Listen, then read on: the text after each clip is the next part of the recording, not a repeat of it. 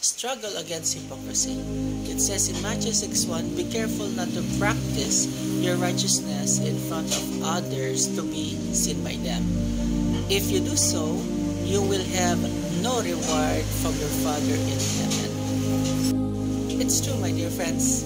If you look at it, the Bible teaches us that we should not be or pretend to be someone whom we are not, especially when it comes to righteousness. Yeah.